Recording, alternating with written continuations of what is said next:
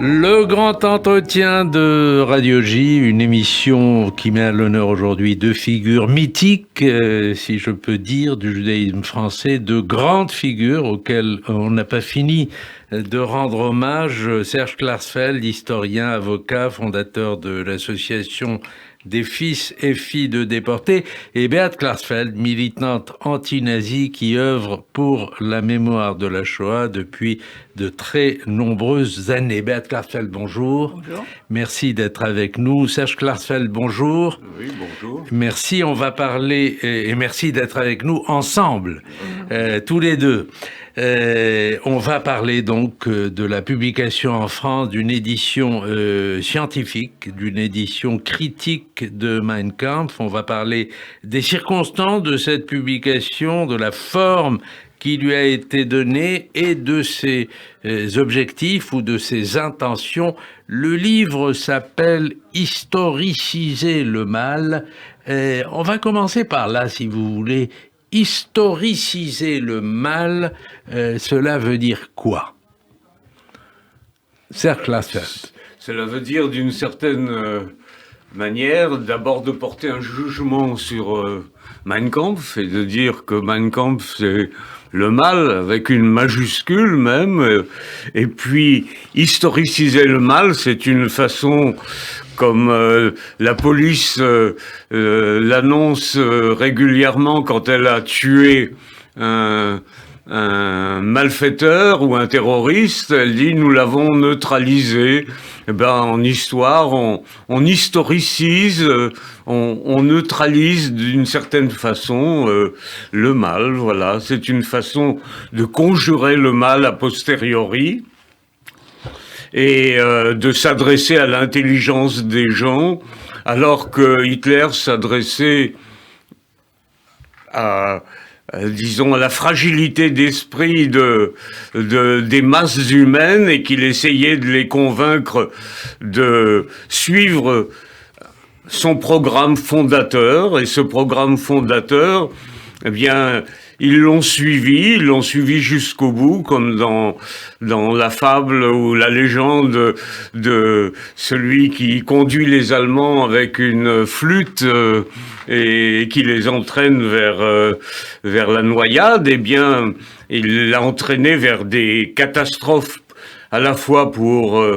les victimes de l'Allemagne hitlérienne et pour les victimes allemandes elles-mêmes, puisque quelques millions d'Allemands sont morts aussi dans cette catastrophe, que les grandes villes allemandes historiques ont été détruite, que l'Allemagne a perdu son indépendance pendant un certain temps. Mais le livre, il a été conçu justement pour rappeler que les démagogues, les mégalomanes, eh bien, les extrémistes peuvent prendre le pouvoir, accéder au pouvoir, même parfois légalement, comme Adolf Hitler, et puis appliquer leur programme, et que les extrémistes, qu'ils soient de gauche ou qu'ils soient de droite, n'apportent que des catastrophes à la fois à tout le monde, des catastrophes terribles, et que au fond la leçon du livre, c'est de nous dire que les citoyens doivent lutter contre les extrémistes et voter pour ceux qui défendent des valeurs d'humanité, de respect de la dignité humaine et de liberté. Alors, je me tourne vers vous, Beat Klarsfeld, parce que vous connaissez bien cette partie de l'histoire. Pendant les 7 décennies qui ont suivi la fin de la guerre, les droits sur ce livre, sur Mein Kampf, étaient détenus par le ministère bavarois des Finances qui interdisait une réédition dès 1945, y compris les éditions scientifiques. Et c'est l'extinction de la propriété intellectuelle qui était programmée en 2015 ou 2016. Et 1er janvier 2016. 2016. Et la donne a été entièrement changée. Oui, donc c'était l'Institut für Zeitgeschichte qui avait en 2 volumes sorti Mein Kampf, mais avec toutes les explications. D'ailleurs, c'était déjà comme ça. Et c'était nécessaire parce que finalement, vous avez encore aujourd'hui, d'abord, Mein Kampf est traduit, publié dans les pays arabes. Vous voyez aussi encore dans les manifestations en Allemagne et l'extrême droite, mais ils brûlent les drapeaux israéliens, mais ils ont crié encore Sieg Heil. Donc c'était très nécessaire de justement dire, bien entendu, mais enfin on peut pas parce que vous voyez des ventes aux enchères, je vois ça de temps en temps, les objets de Hitler, ils sont vendus à des prix énormes, donc il y a des nostalgiques qui voudraient bien, qui sont nostalgiques de Hitler. Donc cette explication est nécessaire pour, bien entendu, pour les professeurs, mais pour les étudiants aussi, pour savoir. Et c'est pas seulement qu'on a repris le livre, mais chaque phrase est documentée pour savoir qu'est-ce qui est mauvais là-dedans. Donc c'est pour ça, je crois, que c'est une importance énorme. Mais alors, il faut souligner que les éditions qui étaient parues avant 1945 de Mein Kampf n'étaient pas interdites. C'est-à-dire que il y avait 12 millions d'exemplaires qui avaient été tirés avant 1945 et les Allemands n'avaient aucun mal à les acheter chez des bouquinistes. Mais ces éditions n'étaient pas précédées d'un avertissement et il n'y avait aucune édition critique. En 2000, au début des années 2010, l'Institut d'histoire contemporaine de Munich, qui est une institution prestigieuse, à laquelle d'ailleurs j'ai collaboré, puisque dans les années 70, j'ai aidé à leur procurer les agendas du maréchal Göring, qu'ils ont publié, une édition scientifique qui avait été récupérée par un officier français dans le train spécial de Göring en 1945. Et cet institut d'histoire contemporaine de Munich est une institution véritablement de très haut niveau et elle ne concevait pas que l'on puisse avoir Mein Kampf en liberté et qu'il n'y ait pas que la communauté scientifique allemande ne publie pas une édition critique, érudite, scientifique, à but pédagogique et éducatif. Et c'est ce qu'elle a fait. Et moi, j'ai soutenu ce projet dès le début des années 2010, parce qu'il y avait dans la communauté juive allemande, il y avait quelques hésitations et il fallait vaincre ces hésitations et elles ont été vaincues. La communauté juive, le comité central des Juifs d'Allemagne a donné son accord. L'Institut d'histoire contemporaine de Munich a entraîné l'accord du ministère des Finances du Land de Bavière et en 2 volumes, comme l'a dit Beat, est parue cette grande édition allemande qui a été tirée à 4000 exemplaires et qui finalement s'est vendue à 100 000 exemplaires parce que beaucoup d'Allemands, à la fois dans le milieu universitaire et beaucoup d'Allemands qui sont intéressés par l'histoire, ont voulu comprendre d'où venait l'Allemagne hitlérienne, d'où venait ce qu'était réellement Mein Kampf et quelles étaient les sources de Mein Kampf, voilà.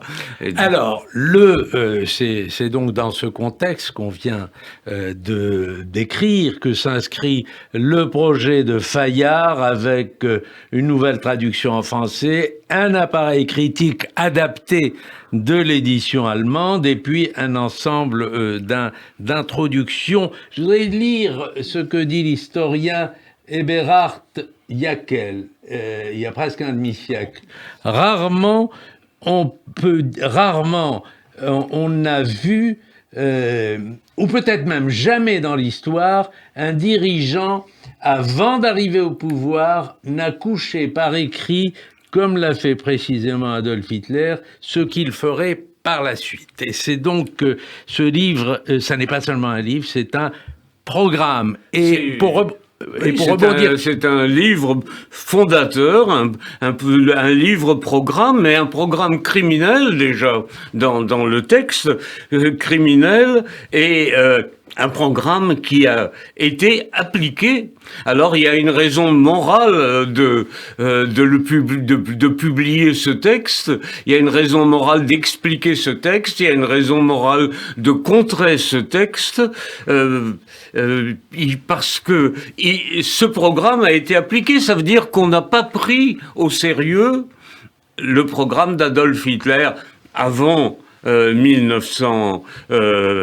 disons après 1924 sa parution, et avant 1933 quand il a accédé au pouvoir légalement. Seuls l'ont pris au sérieux des hommes comme Winston Churchill et comme le général de Gaulle, qui l'ont pris au sérieux. Voilà. Alors il faut et c'est une leçon pour aujourd'hui, c'est pas un livre tourné seulement vers le passé, il y a l'explication du passé, mais il y a aussi les clés de l'avenir, c'est-à-dire, il faut lutter, les citoyens doivent lutter contre les démagogues, contre les mégalomanes, contre les extrémistes. Jamais des extrémistes au pouvoir n'ont apporté le bonheur à leur peuple, ils n'ont apporté que des catastrophes. Alors, on voit d'ailleurs que vous dites, Serge, ouvrage de propagande, et c'est vrai qu'il y a 2 chapitres sur la propagande où les rédacteurs observent beaucoup de mégalomanie chez l'auteur. Il se présente comme un leader, comme un génie méconnu, comme un marginal et comme un rebelle. Oui. Beat Glasfeld. Oui, enfin, ça, peut-être au début, parce qu'il a quand même sorti 2 livres, d'abord quand il était en prison et après un deuxième. Mais les Allemands avaient... c'était un best-seller en Allemagne, ils ont pu le lire, bien entendu. 12 millions d'exemplaires. Mais ils n'ont pas compris, ils ne voulaient pas comprendre, parce que déjà, avec son livre, il a commencé à préparer, disons, la solution finale, le fascisme, etc. Donc, à l'époque, on aurait dû avoir quelqu'un qui commente déjà les livres de Hitler, Mein Kampf. Mais c'était pas le cas. Donc, les Allemands sont assez entraînés, et c'est aujourd'hui aussi, vous voyez, des démagogues qui promettent, qui sont encore un petit peu prudents au début, et puis il faut voir que finalement, ils suivent ce qu'ils disent, et ça, ils réalisent malheureusement avec le soutien aussi de la population, hélas. Et il faut dire qu'il y a eu une édition massive en Allemagne, et ça a fait l'objet d'un matraquage. Oui, un matraquage, mais aussi ça s'appuyait sur des mécontentements allemands qui étaient très puissants, c'est-à-dire les Allemands ne voulaient pas accepter la défaite de 1918 et donc ils ont trouvé un bouc émissaire qui était les Juifs. Et également, il y a eu des crises économiques. Faut pas oublier qu'en 1928, il y avait 12 députés néo-nazis et en 1930, il y en avait 130. Parce que il y a eu la crise de 1929. Toutes les crises entraînent des mécontentements profonds, et dès qu'il y a mécontentement profond, on se dirige vers les démagogues, et les démagogues trouvent tout de suite une issue qui pour eux est raisonnable, c'est-à-dire de diriger le mécontentement contre les Juifs, et ça marche à coup sûr. Et d'ailleurs, on le voit aujourd'hui. Et la leçon, il faut la retirer aussi en ce qui nous concerne, nous, les Juifs. C'est-à-dire qu'il y a des périodes d'accalmie et puis des périodes de crise en ce qui nous concerne, et que la vie d'un Juif, surtout avec la longévité d'aujourd'hui, ne peut pas se passer sans certaines crises. Et il faut s'y préparer, il faut y être vigilant. Et il ne faut pas s'attendre à comment dire, un fleuve tranquille. Alors, on va continuer à parler de cette édition, de l'appareil critique, de la présentation, de la contextualisation aussi. Mais je voudrais à ce stade vous demander à tous les deux, parce que il y a eu, je crois, dans les années 80, ça avait commencé, ce fameux débat entre fonctionnalistes et intentionnalistes. Est-ce que, surtout en Allemagne, hein, est-ce que les circonstances ont été importantes ou est-ce que l'intention était déjà là dans Mein Kampf, ou est-ce que les choses ont été plus... est-ce qu'il y a un homme et il y a aussi une opinion, oui, mais une population? Dans Mein Kampf, il y a le point de vue de Hitler de 1924, et dans ce point de vue de Hitler, il y a, l'intention à coup sûr de débarrasser le Reich, débarrasser l'Allemagne des Juifs. Et puis, il y a des indications, il y a des indications d'une vision criminelle au fond de la conscience de Hitler. Il dit on aurait pu se débarrasser d'une petite clique, et dans cette petite clique les Juifs occupent la première place, et on aurait pu se débarrasser en leur infligeant les gaz. Les gaz, il connaissait puisqu'il avait été sur le front et qu'il avait inhalé du gaz dans les batailles qu'il a eu à livrer. Donc, il a utilisé cette formule du gaz qui montre bien sa volonté, au fond de lui-même, de liquider, en tout cas, une partie des Juifs qu'il considérait comme les ennemis prioritaires de son accession au pouvoir, en tout cas.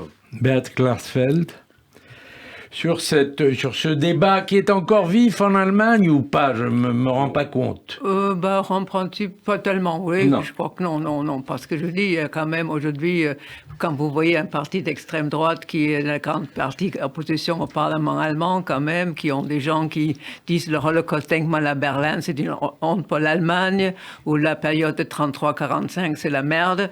Donc, oui, c'est un parti qui porte déjà ça. Donc, c'est pas eux qui sont venus condamner le livre Mein Kampf, c'est ça. Je sais pas, peut-être chez eux, il faudrait faire justement cette réunion pour le montrer à leurs adhérents. Et encore, ils ont, dans les élections régionales, dans l'ancienne Allemagne de l'Est, ils sont très forts, oui. Donc, c'est quand même dangereux. Alors, le livre Mein Kampf, est-ce qu'on peut aussi, en l'expliquant, empêcher que ces mouvements deviennent de plus en plus forts? Et il faut aussi voir que, d'abord, Hitler a essayé de se débarrasser des Juifs. Et donc, beaucoup de Juifs ont quitté l'Allemagne. Les 2/3, pratiquement, ont quitté l'Allemagne. Et dès l'invasion de la Pologne, on commençait quand même des massacres qui n'étaient pas généralisés, mais on commençait des massacres, la création des ghettos. Il y avait donc des préludes à la solution finale. Et en 1941, quand Hitler déclenche son offensive contre l'Union soviétique, eh bien, à ce moment-là, il est très optimiste, mais à la fin de l'année 1941, c'est un échec. Il n'a pas pris Moscou. L'armée allemande a reculé devant une contre-offensive soviétique et Hitler devient, un peu plus pessimiste ou un peu moins optimiste, et les soldats allemands meurent à la fois par le feu des soviétiques, mais également par le froid le climat de la Russie, et Hitler veut entraîner. Même s'il y a une défaite, Hitler veut gagner la bataille contre les Juifs. Il veut entraîner les Juifs donc dans la mort. Et les intentionnalistes et les fonctionnalistes, à partir de 1941, ils se rencontrent. Il n'y a pas de conflit entre intentionnalistes et fonctionnalistes. En 41, on prépare les centres de mise à mort industriels. En 41, à partir du moment où se déclenche cette offensive contre l'Union soviétique, la solution finale est en marche et elle est officialisée par la conférence de Wannsee, qui aurait dû avoir lieu en décembre 41 et qui a lieu en janvier 42. Alors, on va parler aussi de la situation en France. On a dit, on a parlé de l'édition en Allemagne de 12 millions et demi d'ouvrages lus, vendus, imprimés, distribués. En France, les éditions avant-guerre n'ont pas été extrêmement lus. Enfin, je le dis sous votre contrôle, à l'exception de ce que vous disiez, Charles de Gaulle et Winston Churchill. Vous confirmez cela? Elles ont été quand même publiées par Fernand Sorleau dans les nouvelles éditions latines, une édition publiée par quelqu'un qui était fasciste, mais la traduction, justement, a été bien faite. Elle a été faite d'une façon littéraire, bien faite, c'est-à-dire bien faite pour Hitler, parce qu'elle était très lisible en français, alors que le texte de Hitler est plutôt confus et ennuyeux. Mais il est incantatoire, et comme il est incantatoire, il entraîne derrière lui, du côté allemand, pas mal de lecteurs. Mais en français, ça n'aurait pas marché. Et c'est d'ailleurs pourquoi, moi, j'ai demandé, dès qu'il y a eu un projet de Fayard, j'ai demandé une nouvelle traduction. Eh bien, cette nouvelle traduction a été faite, mais en 1934, il y avait une traduction littéraire qui littérairement était bonne, et le livre s'est quand même vendu à un certain nombre d'exemplaires, et pour donner un exemple, en 1900, après les accords de Munich, en 1938, quand les démocraties ont cédé, la France et la Grande-Bretagne, devant l'Allemagne, et que la Tchécoslovaquie a été livrée à Hitler, la Ligue internationale contre l'antisémitisme a acheté 5000 exemplaires de cette édition pour les diffuser dans le personnel politique français, pour qu'ils prennent conscience des dangers que représente le programme hitlérien. Voilà, donc... avec quel résultat? Avec quel résultat? Oui, il y a eu un résultat, puisque finalement...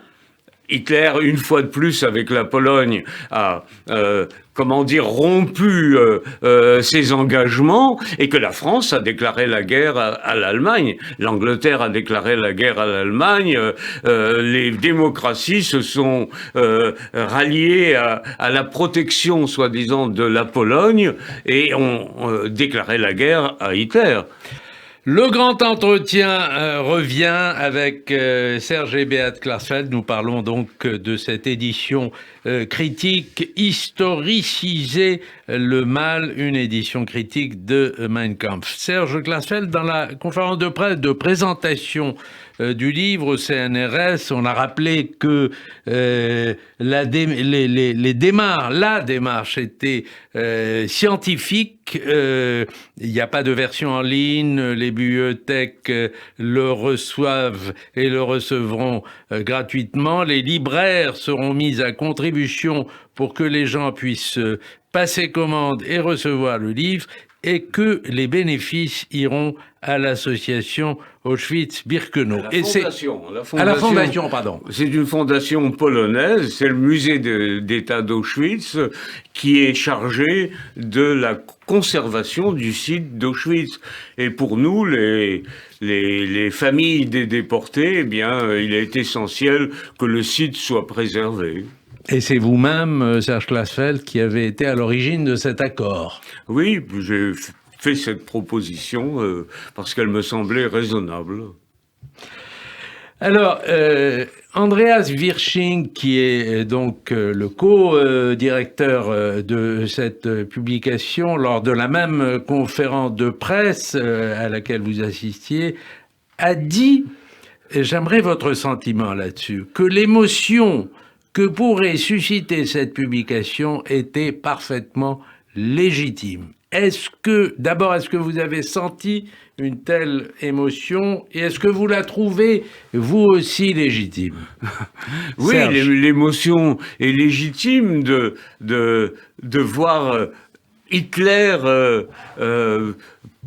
le programme fondateur d'Hitler republié, mais chaque soir, à la télévision, chaque soir, on voit Hitler, non pas comme dans Historiciser le mal, où il n'y a pas une seule photo de Hitler, où Hitler n'est même pas l'auteur, c'est Andreas Wirsching et Florent Braillard qui sont les auteurs. Le titre, c'est pas Mein Kampf, c'est Historiciser le mal. Et quand vous ouvrez les postes de télévision, vous voyez Hitler en uniforme, dans des positions avantageuses, paradant après ses victoires, etc.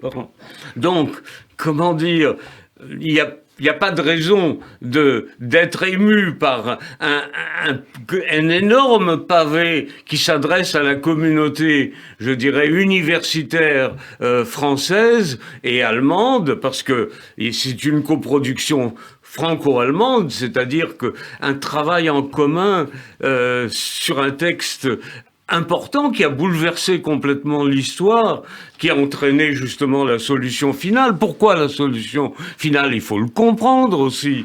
Et il faut connaître les sources, il faut connaître le développement. Eh bien, il n'y a pas de raison de s'émouvoir en réalité de cette édition. On peut s'émouvoir de voir toujours présenter Hitler d'une façon, comment dire, extrêmement positive pour lui, qui peut, pour les fanatiques, pour ceux qui sont fascinés par le nazisme, qui est quand même une épopée européenne militaire, c'est l'époque où l'Europe domine le monde pendant un certain temps, eh bien, on voit les soldats allemands défiler impeccablement, on voit ces parades, et ça peut fasciner. Et pas le livre. Le livre, lui, c'est un livre autour de Hitler, mais contre Hitler, contre Mein Kampf, alors que les images qui montrent la gloire de Hitler pendant ses victoires sont des images qui peuvent encore fasciner une jeunesse qui est une jeunesse dans une période qui n'est pas une période particulièrement glorieuse pour l'Europe. Alors, vous dites d'ailleurs, dans une intervention à cette conférence de presse à laquelle je faisais allusion, que des éditions de Mein Kampf circulent aujourd'hui encore dans le monde arabe. C'est toujours le cas, Beate Klarsfeld? Bien entendu, on peut les obtenir. C'est là-bas, finalement, on s'inspire de ce qu'a fait Hitler contre les Juifs, c'est ça? Puis la politique allemande de l'Allemagne hitlérienne a été de favoriser les mouvements d'indépendance arabes de façon à lutter plus efficacement contre l'Angleterre et d'autre part, les Arabes ont dans les années 30, était monté contre les Juifs qui essayaient de créer un foyer national, et donc à la fois la sympathie pour Hitler venait de cet antagonisme contre les Juifs, et puis d'autre part la politique allemande en faveur de l'indépendance des États arabes. Alors, je disais tout à l'heure, on parlait de l'émotion. Est-ce qu'il y a eu une hésitation, je parle à tous les deux, est-ce qu'il y a eu une hésitation chez vous quand on vous a parlé la première fois de ce projet? Mais pas du tout, parce qu'en 1979, 78 même, nous étions à la LICA, au comité directeur, et à ce moment-là, on a milité pour qu'il y ait un avertissement. On pouvait pas obtenir plus. La LICA pouvait pas obtenir plus. Elle avait obtenu en 72 la loi contre l'incitation à la haine raciale, mais en 1978, on s'est battu et on a obtenu qu'il y ait, pour chaque édition nouvelle de Mein Kampf, qu'il y ait un avertissement qui prend 8 pages et qui a été publié en 1979. Il y a eu une nouvelle édition de Mein Kampf, précédée donc d'un avertissement de 8 pages. Voilà. Alors, il y a pour être... J'ai pas eu d'hésitation. Oui, Beate. Oui. Non, mais je crois que c'était nécessaire de le faire. Et puis, il faudrait quand même aujourd'hui aussi que cette réédition, en français et en allemand, est mieux reçue par les jeunes aujourd'hui. Vous voyez, il y a des nostalgiques, je dis, où je vous ai rencontré les mouvements de l'extrême droite en Allemagne, on voit encore la photo de Hitler, etc. Donc, est-ce que ça peut aussi, il faut le donner peut-être aussi dans les écoles maintenant, demander aux professeurs on peut dire, discuter Mein Kampf en historisé, mais en principe, il faut le faire pour empêcher, pour savoir quelqu'un qui était rien. Je dis, comme disait Serge, au début, ils avaient très peu de membres au Parlement Reichstag, et puis, dans peu de temps, avec la crise, il est devenu chancelier, et on savait très bien ce qu'il fera. Alors, donc, je vous dis, il faut toucher les jeunes aujourd'hui, parce que pour eux, c'est quand même quelque chose de très important de savoir. Il a fait son livre, déjà raconté ça dans les années 30 avant, et puis il a pu réaliser ça, un holocauste, vous imaginez.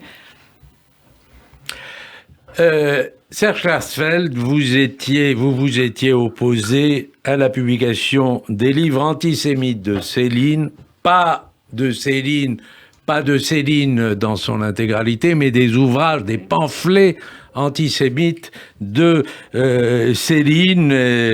Lui-même d'ailleurs était contre, et puis c'est son épouse, qui n'est plus de ce monde, qui a voulu faire paraître, et Gallimard avait décidé de suivre.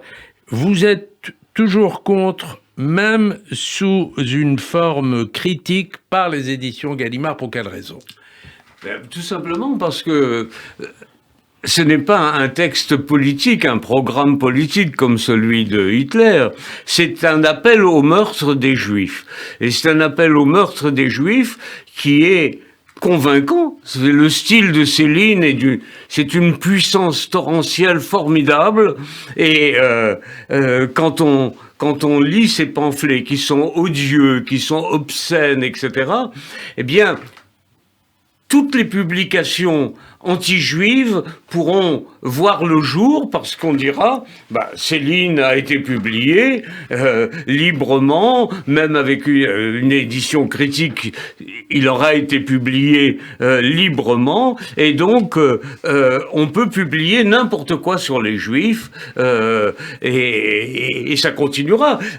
Soral viendra dire ce que j'écris sur les Juifs, c'est le 10e de ce qu'écrivait Céline. Céline est publié, pourquoi on me fait un procès?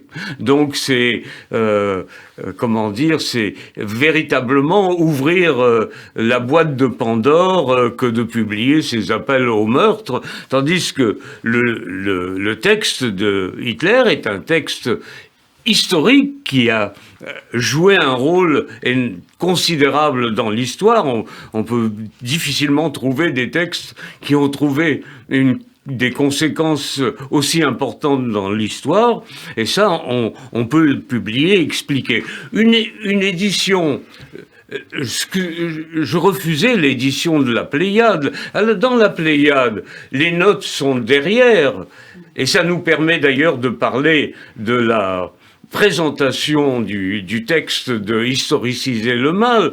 Dans Historiciser le mal, le texte de Hitler représente un tiers, un tiers, et autour de ce tiers, d'abord il y a une introduction générale. Il y a 27 chapitres, il y a 27 introductions particulières, et puis le texte de Hitler est entouré de notes. Et c'est comme dans des livres qui ont été publiés à la Renaissance, où on voit des notes en hébreu, des notes en latin, des notes en grec, autour du texte.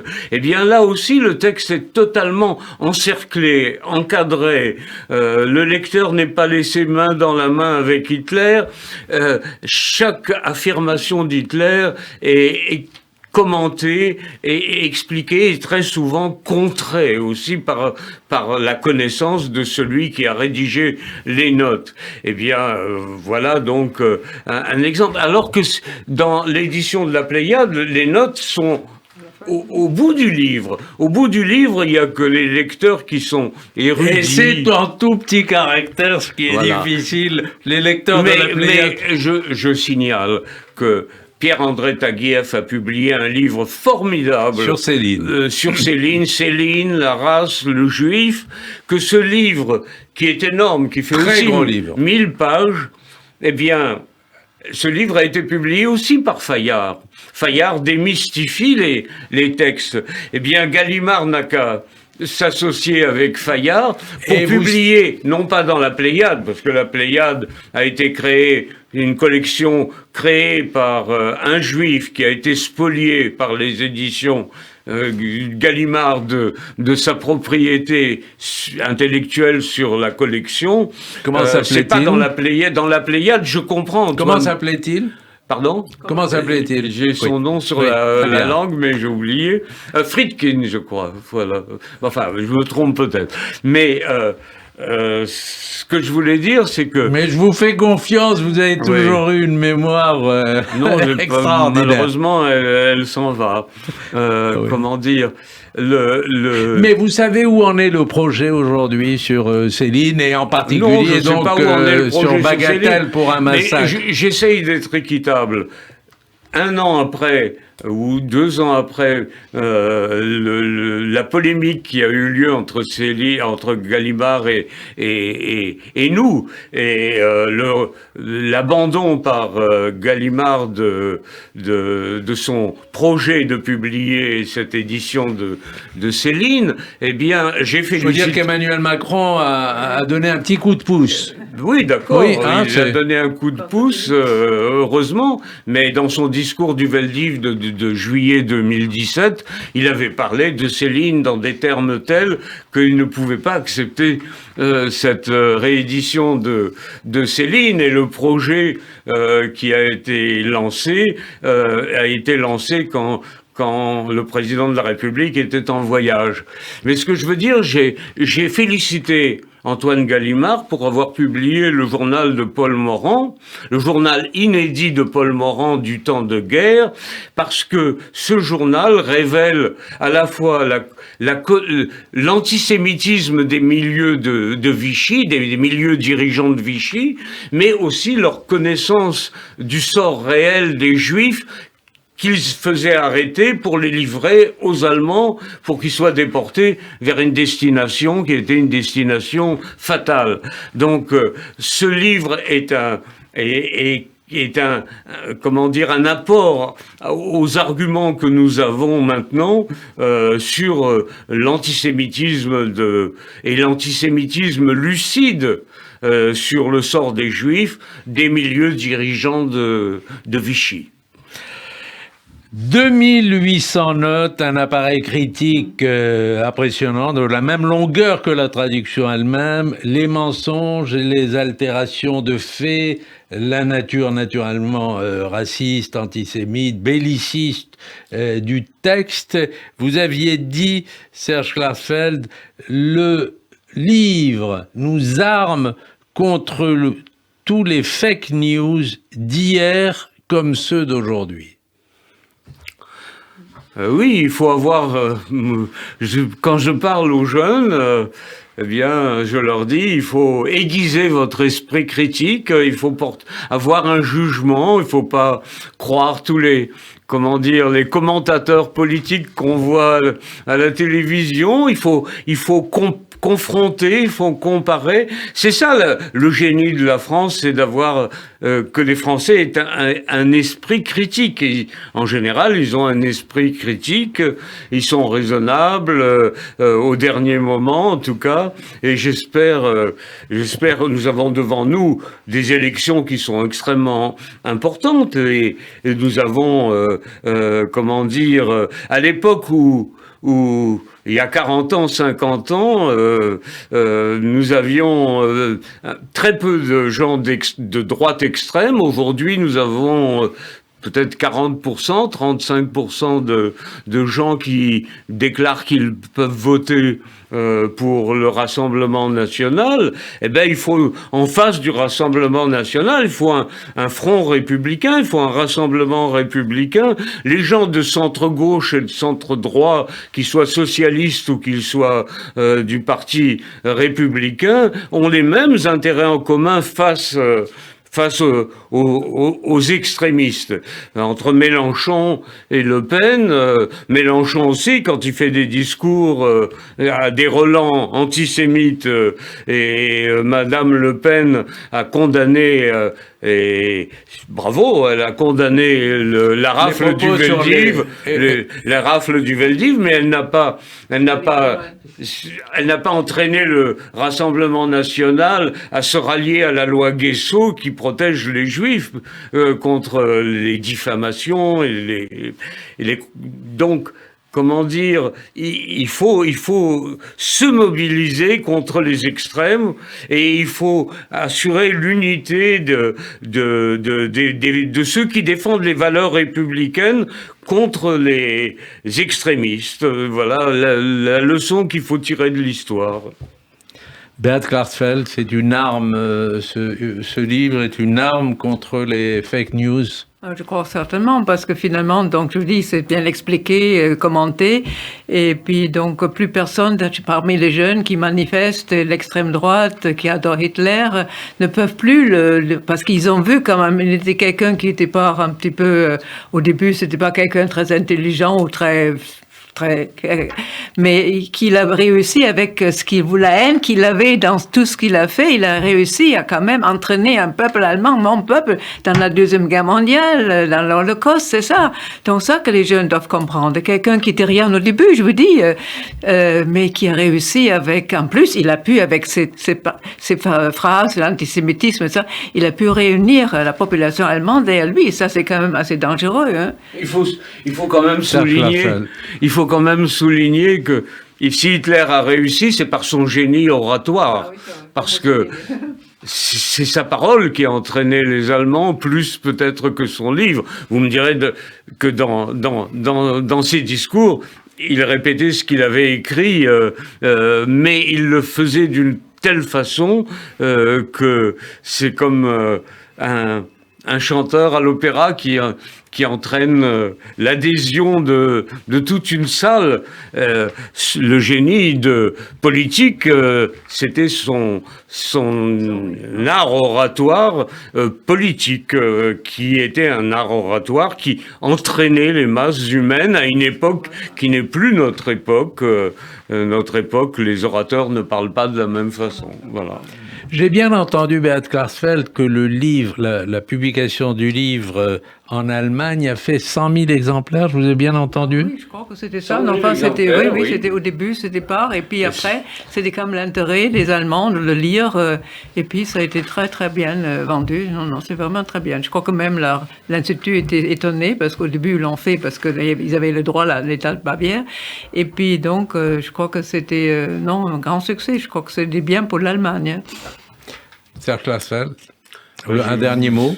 Pardon, mais j'espère que beaucoup de gens auront l'intérêt de lire ce livre pour s'armer, et surtout les enseignants pour expliquer à leurs élèves comment s'est passé le XXe siècle et pourquoi il y a eu tant de tragédies.